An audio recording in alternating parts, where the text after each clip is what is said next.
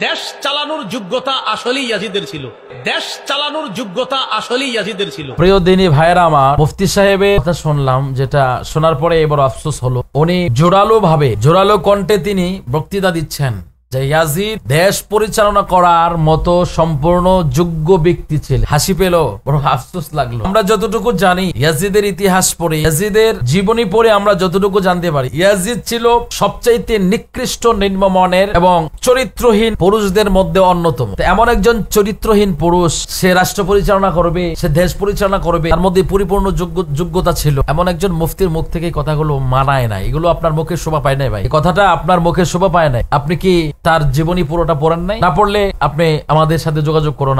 আমরা আপনাদেরকে সব তার টোটাল লাইফ স্টাইল এবং কেমন ছিল তার টোটাল জীবনীটা আমাদের কাছে আছে, আমরা আপনাদেরকে দেখাইতে পারি। যে লোকটা ছিল একজন মদখোর, একজন নেশাখোর, যে লোকটা সে মদের মধ্যে সে মজে থাকতো, এরকম একটা লোককে আপনি বলছেন যে সে পরিপূর্ণ যোগ্য ছিল রাষ্ট্র পরিচালনা করা? মদখোর, জানাখোর, নেশাখোর, সে আবার কি করে দেশ পরিচালনা করার যোগ্যতা রাখে? এরপরে তার জীবনীতে আসছে সে ছিল জেনাখোর, শুধু মদখোর ছিল না, সে জেনাখোর ছিল। আপনি না পাইলে আমাদের কাছে আসেন, আমরা আপনাদেরকে দিতে পারবো, ডকুমেন্ট গুলো আপনাদেরকে আমরা দিতে পারবো। তো একজন মদখোর, একজন জেনাখোর, সে কি করে রাষ্ট্র পরিচালনা করার মতো পরিপূর্ণ যোগ্যতা রাখতে পারে? আপনার কি লজ্জা করে না ভাই? আপনি কি করে কথাগুলো বলতে পারলেন? এমন একটা লোকের পক্ষে আপনি সাপোর্ট দিচ্ছেন, এমন একটা লোককে আপনি প্রমোট করতেছেন, এমন একটা লোকের কথা আপনি প্রাউড ফিল করে বলছে। আপনি কি জানেন না এই লোকটা খোদার কাবা গড়ে আগুন দিয়েছে, কাবার গিলাফে আগুন দিয়েছে, রাসূলুল্লাহ পাক সাল্লাল্লাহু আলাইহি সাল্লামের সাহাবীদেরকে সে হত্যা করেছে। এরকম একটা জঘন্য পাপীকে আপনি বলছেন তার পক্ষে সাপোর্ট দিচ্ছেন, আপনি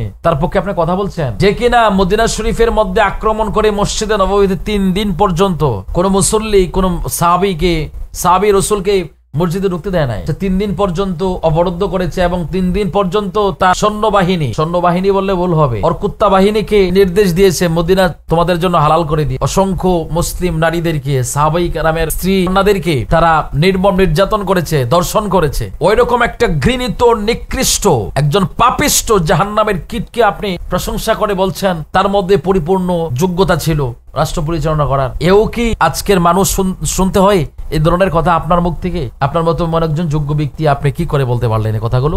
এত বড় একজন পাপিষ্টকে আপনি প্রমোট করতেছেন, তার কথা আপনি জোরালো কণ্ঠে বলছেন। আরে ভাই, আপনি কি বলবেন? তার নিজের খুদ সন্তান মুআবিয়া সগীর, ইয়াজিদের সন্তান, তিনি তো তার বাবার রাষ্ট্র পরিচালনার উপরে আঙ্গুল তুলেছেন। আপনি বলছেন তার মধ্যে পরিপূর্ণ যোগ্যতা ছিল, যার প্রমাণ তিনি ইয়াজিদের পরে খেলাফতের দায়িত্ব নেন নাই, রাষ্ট্র পরিচালনার দায়িত্ব নেন নাই, বরং তিনি ভাষণ দিয়েছে, এই কথা বলেছেন, স্পষ্টভাবে বলেছেন যে সিংহাসন আহলে বায়াতের রক্তে রঞ্জিত, ওই অভিশপ্ত সিংহাসনের মধ্যে আমি আরোহণ করব না। তাহলে তার সন্তান আপনার স্পষ্টভাবে তিনি বলে দিলেন যে তার বাবা যোগ্য ছিলেন না, অযোগ্য ছিলেন। তাহলে যোগ্য, সে তার অ্যাঙ্গেলে কথাটা বোঝায় গেছে যে এখানে যোগ্য ছিল একমাত্র ইমামে হুসেন রাদিয়াল্লাহু তাআলা। ইয়াজিদকে আপনি প্রমোট করছেন, ইয়াজিদকে বলছেন যে পরিপূর্ণ রাষ্ট্র পরিচালনা করার যোগ্যতা ছিল। কেন ভাই আপনি হুসেনের কথা বলতে পারলেন না? ইমাম হুসেন রাদিয়াল্লাহু তাআলা আনহু, তার যোগ্যতা আপনি কি বলবেন? ইমামে হুসেন রাদিয়াল্লাহু তাআলা আনহুর যোগ্যতা সম্পর্কে একমাত্র আল্লাহ এবং তার রাসূল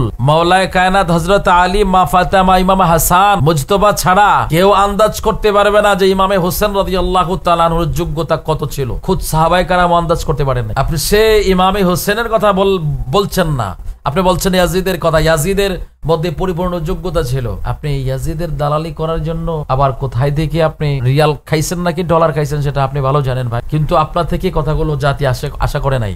আপনি ইয়াজিদের প্রশংসা করছেন মানে আপনি ডাইরেক্ট কিংবা ইনডাইরেক্ট আপনি ইমামে হোসেন রাদিয়াল্লাহু তাআলা আনহুর বিরোধিতা করছেন। ইমামে হোসেন রাদিয়াল্লাহু তাআলা আনহুর মতো যোগ্য ব্যক্তি পৃথিবীতে আসে নাই, আর কোনোদিন আসবেও না। তো ইমামে হোসেন রাদিয়াল্লাহু তাআলা আনহুর উপরে যে আক্রমণ করেছে, যে নির্যাতন করেছে, তার ফ্যামিলির উপরে যে পরিমাণের সে বর্বরতা দেখিয়েছে, তার হিংসত্ব পশুত্ব যে বর্বরতা সে করেছে, আপনি এমন একজন ব্যক্তিকে বলছেন সে তার মধ্যে পরিপূর্ণ যোগ্যতা ছিল রাষ্ট্র পরিচালনা করার। ও আপনারা ওই রকম ব্যক্তিকে বাছাই করেন, ওই রকম ব্যক্তিকে আপনারা সাপোর্ট করেন। কিন্তু আমরা আহলে সুন্নাত ওয়াল জামাতের লোক কখনো কোনোদিনও কোনো সময় আমরা বাতিলের সামনে মাথা নত করি নাই। কোনো নেশাখোরকে আমরা কোনোদিনও লিডার হিসাবে মানি নাই, আর কোনোদিনও মানব না। যে ব্যক্তি ছিল নেশাখোর, যে ব্যক্তি ছিল জেনাখোর, যে ব্যক্তি ব্যক্তি আহলে বাইতের খুনি, সে খুনিকে আমরা কখনো কোনোদিনও মানতে পারি না। ইমামে হোসেন রাদিয়াল্লাহু তাআলা আনহু যেমন বাতিলের সামনে মাথা নত করে নাই, বাতিল রাষ্ট্রপ্রধান কি মানে নাই, আমরাও তেমন ভাবে আমরা কোনো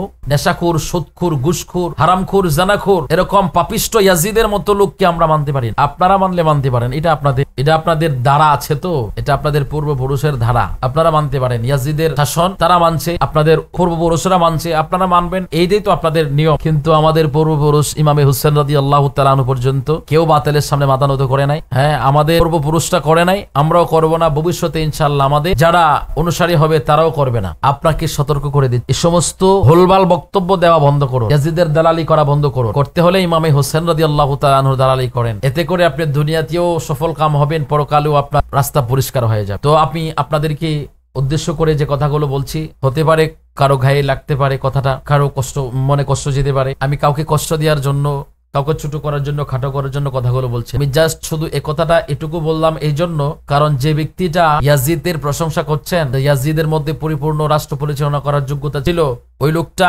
একটা সমাজের মধ্যে জাতির কাছে এখন একটা গ্রহণযোগ্য মানুষ হিসাবে তাকে মানুষে গণে। তো এরকম একটা লোক যদি ইয়াজিদকে প্রমোট করে, ইয়াজিদের কথাগুলো এতভাবে জোরালো ভাবে বলে, এটা তো মুসলিমদের মধ্যে, তাদের ইমানের মধ্যে ভেজাল চলে আসে। এজন্য ইমান বাঁচানোর জন্য, আকিদা বাঁচানোর জন্য আপনাদেরকে অনুরোধ করে বলি, এই সমস্ত হুজুরদের কথা আপনারা বিশ্বাস করবেন, সমস্ত হুজুরদের কথা মানবেন না। যে লোকে খোদার ঘরে আগুন দিতে পারে, যে লোকে মসজিদে নববীতে 3 দিন পর্যন্ত মসজিদের ভিতরে ঘোড়া গাদা বেঁধে রাখতে পারে, মসজিদে সাহাবে রসুলদেরকে নামাজ পড়তে দেয় নাই, সাহাবীদের স্ত্রী কন্যাদের উপরে নির্মম ভাবে তারা নির্যাতন করেছে। হ্যাঁ, এরকম ব্যভিচার, অন্যায়, অত্যাচার, জেনা, এ সমস্ত খারাপ কাজের মধ্যে যে লোকটা ছিল, ওই লোকটাকে আপনি যোগ্য ব্যক্তি বলতে পারবেন? সে নিশ্চয় একদম 100% কোনো সন্দেহ নাই, সে একটা অযোগ্য ছিল, সে একজন নিকৃষ্ট ছিল, সে পাপিষ্ট ছিল। এই জন্য এই পাপিষ্ট ইয়াজিদের প্রশংসা যারা করবে, মনে রাখবেন তাদের ইমানের মধ্যে গাবলা আছে। আমি আমার সব ভাইদেরকে বলবো, সতর্ক থাকুন, এই হুজুরদের কথা শোনার আগে একটু চিন্তা ভাবনা করে শুনবেন। আল্লাহ তাআলা সবাইকে সঠিক বুঝ দান করুক। আসসালামু আলাইকুম ওয়া রাহমাতুল্লাহ।